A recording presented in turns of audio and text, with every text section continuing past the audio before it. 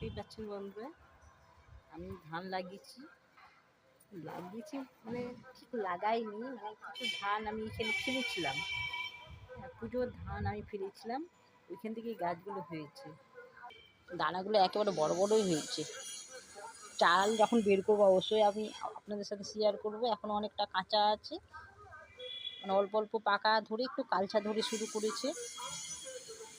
এখনো মানে ঠিক জানি না এগুলো মানে ধান সম্বন্ধে কোনো আইডিয়া নেই, মানে জমি টমিতে অত মানে যাওয়া নেই আমাদের বাড়িতে। বুঝতে পারছি আমরা তো একদমই শহরেই বাস করি, সেইভাবে মানে চাষবাস সম্বন্ধে কোনো আইডিয়া নেই।